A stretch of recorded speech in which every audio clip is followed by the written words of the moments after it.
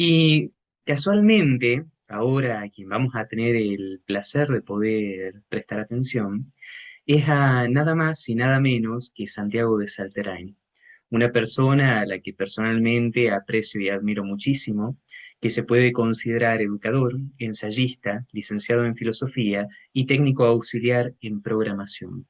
Originalmente, Santiago estaba anotado para participar en el eje anterior, pero en medio de las reconfiguraciones del programa, lo movimos a este eje que empieza ahora, que es la inteligencia artificial como posibilidad y desafío en relación con la enseñanza de la filosofía. Ahora, Santiago nos presenta el trabajo que se titula Los desafíos de la enseñanza de la filosofía en la sociedad digital. Santiago, sin más preámbulos, te cedo la palabra. Buenísimo, gracias. Le agradezco a usted el espacio, le agradezco a Carlos, a Romina, que ya con el tiempo ya es más de una década que nos conocemos. Lo que es la vida, ¿no? Lo que pasa de rápido.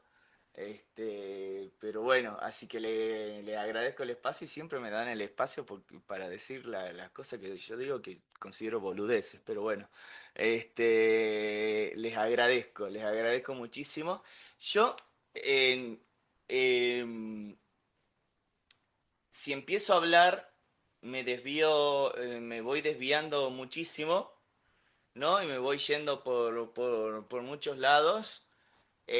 Así que prefiero leer. Yo escribí un pequeño ensayo, simplemente para la ocasión. Ahora, lo que sí quería preguntarte, Carlos o Romina, si a medida que voy leyendo el ensayo puedo compartir yo pantalla para que el ensayo se vea. Porque a veces se corta el sonido, qué sé yo, pero pueden seguir la lectura. ¿Puedo yo compartir pantalla? ¿Sí? A ver, aguantenme un Sí, ya segundito. estás habilitado, Santiago. Ah, de 10, de 10. Ahí está. Y compartiendo el ensayo.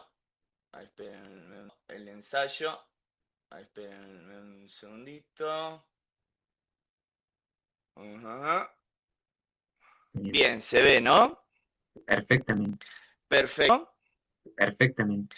Perfecto. Esto lo he subtitulado y resubtitulado varias veces, ¿no?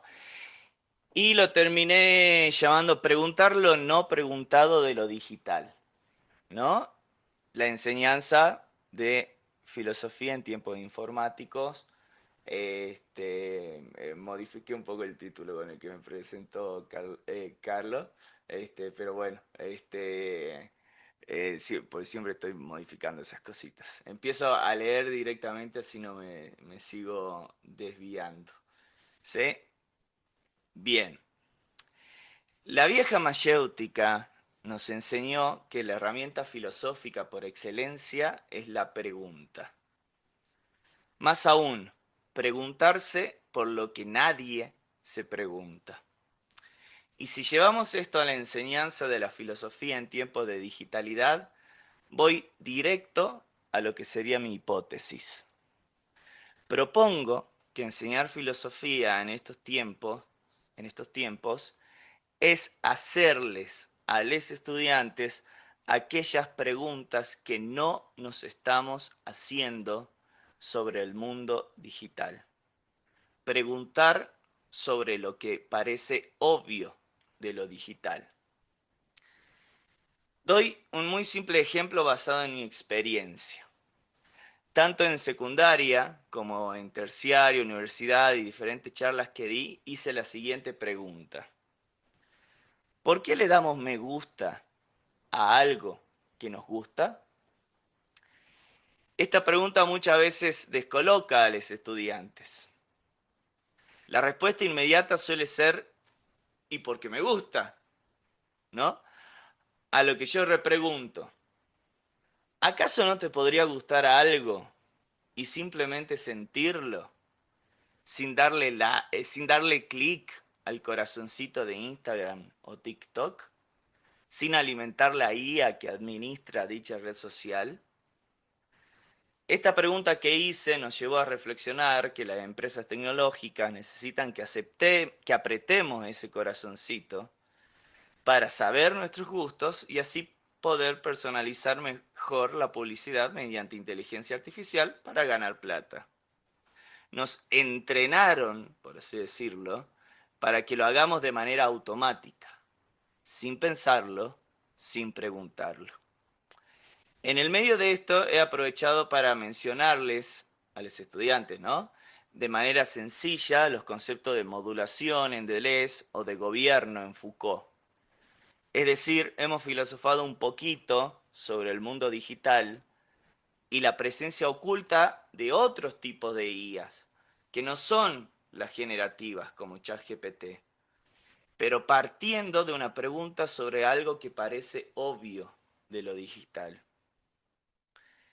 Creo que aquí está la clave o al menos una de las tareas de enseñar filosofía en el entorno digital. Indagar en aquello que parece obvio del uso y desarrollo de la informática y convertirlo en pregunta. Quisiera aprovechar este espacio que me brindan para hacer un ejercicio de esto mismo, pero con otro tema diferente. En 2024 se aprobó acá en la provincia de Salta, Argentina, la ley 8474, en la que se prohíbe el uso de dispositivos digitales en nivel inicial, primario y secundario, ¿no? Una ley aprobada por nuestra señora ministra, quien nunca ejerció como educadora, que gana 10 o 20 veces más que yo, y que al parecer no aprendió mucho del valor educativo de las tecnologías después del COVID-19. ¿No? Esto me dispara algunas preguntas. La lógica es de sentido común. ¿Por qué? Común.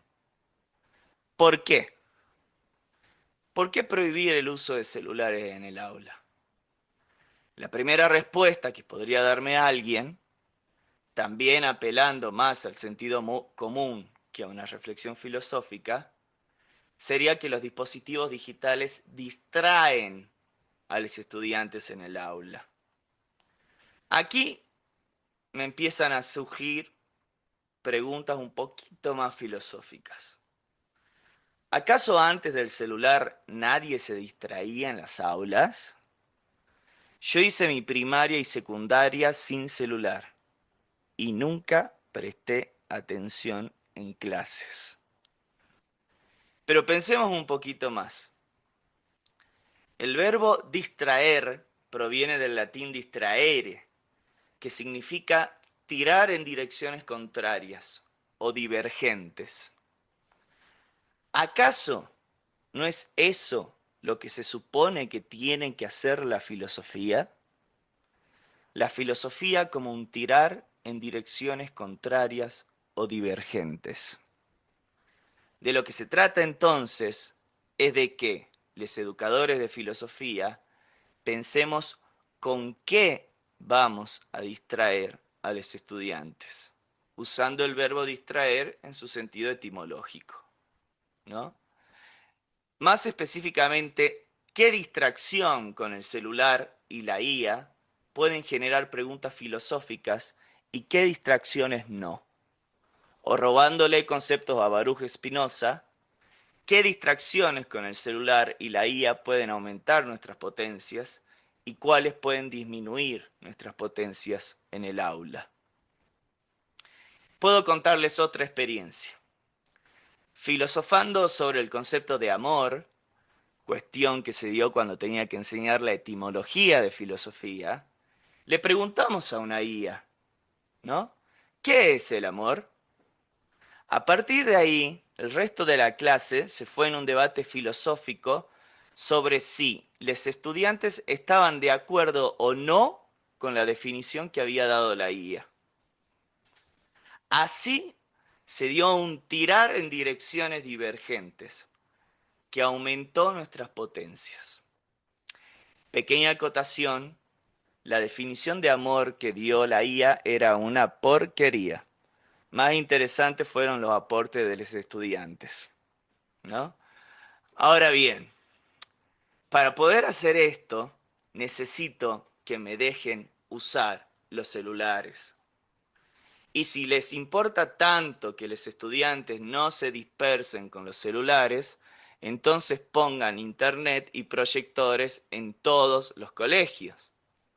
Digo esto porque por un lado nos exigen regular el uso de las tecnologías en el aula, pero por otro nos exigen a los educadores que nos capacitemos constantemente en el uso de tecnología y didáctica digital.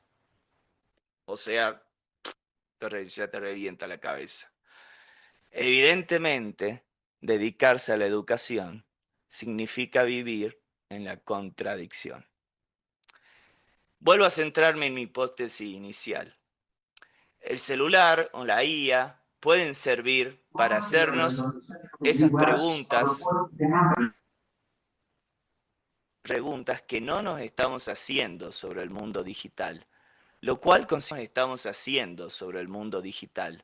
lo cual considero un ejercicio filosófico. Pero hay que saber cómo hacerlo y cuándo hacerlo. Pensemos en algo que pocos se preguntan cuando instalamos una guía o una aplicación en el celular. ¿Esta aplicación va a revender mis datos? ¿Esta aplicación va a respetar mi intimidad? ¿Por qué la app de un calendario me pide acceso a mi cámara? ¿No? Como bien lo explica la criminóloga experta en ciberseguridad María Aperador, en ciertas versiones de ChatGPT se recopila información de nuestras conversaciones personales, incluyendo las que tenemos en WhatsApp. ¿No?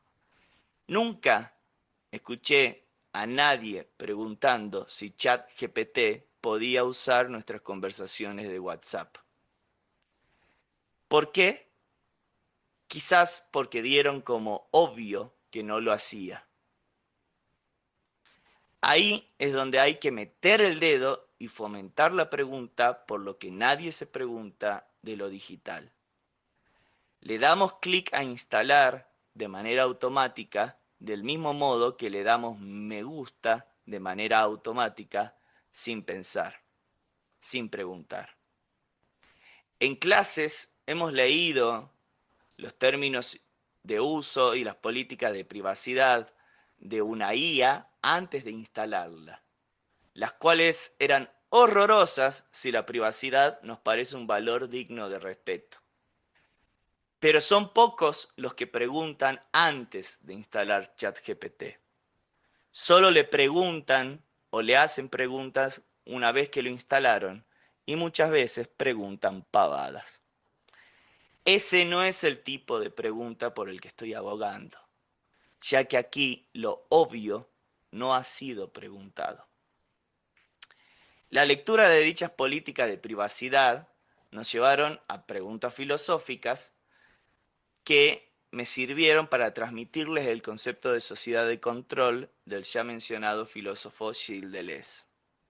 Nuevamente, para esto necesito que los estudiantes tengan permitido usar sus celulares o mínimamente que me den un proyector e internet. Otra acotación. Si veo a un estudiante que está usando el celular en clases para jugar jueguitos o apostar online, obvio que no se lo voy a permitir. No necesitaba una ley que me diga que lo tengo que hacer. Es una cuestión didáctica, pedagógica, básica. No nos traten a los educadores como estúpidos. Y si no, Poder Ejecutivo, dame proyectores e internet. De lo contrario, vamos a volver a educar del mismo modo que se educaba en el siglo pasado, pero en plena era digital. Las IAs modulan el comportamiento de muchos de nosotros.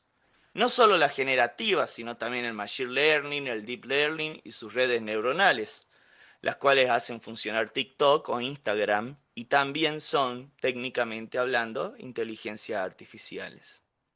El filósofo y pedagogo argentino Carlos Scliar ha llegado a plantear que educar es ir en contra del orden natural de las cosas, refiriéndose a aquello vil o perjudicial que está naturalizado en la sociedad. La IA no necesariamente es vil y perjudicial, pero ya no es una herramienta. La IA se ha convertido en un modo de vida. Resistir a esto parece casi imposible, y seguramente muchos entusiastas de la IA no consideran que haya que resistirse. Pero yo sí, al menos en ciertos aspectos. Como educadores, sí podemos tirar en direcciones divergentes usando las IAs solo cuando sea exclusivamente necesario directamente, pero como excusa para generar pensamiento crítico, pero jamás utilizando la IA para fomentar la estupidez humana, cosa que sabemos que está pasando en gran medida. Otro gran filósofo de la educación, Carlos Cullen, ha dicho que como educadores hay que resistir, pero con inteligencia responsable. Quizás ahí está nuestra misión, resistir con inteligencia, pero no con la inteligencia de ChatGPT, sino con la de nosotros, los educadores. ¿Cómo hacerlo? Preguntando lo que nadie se pregunta de lo digital. Eso es todo. Muchas gracias. Dejo de compartir.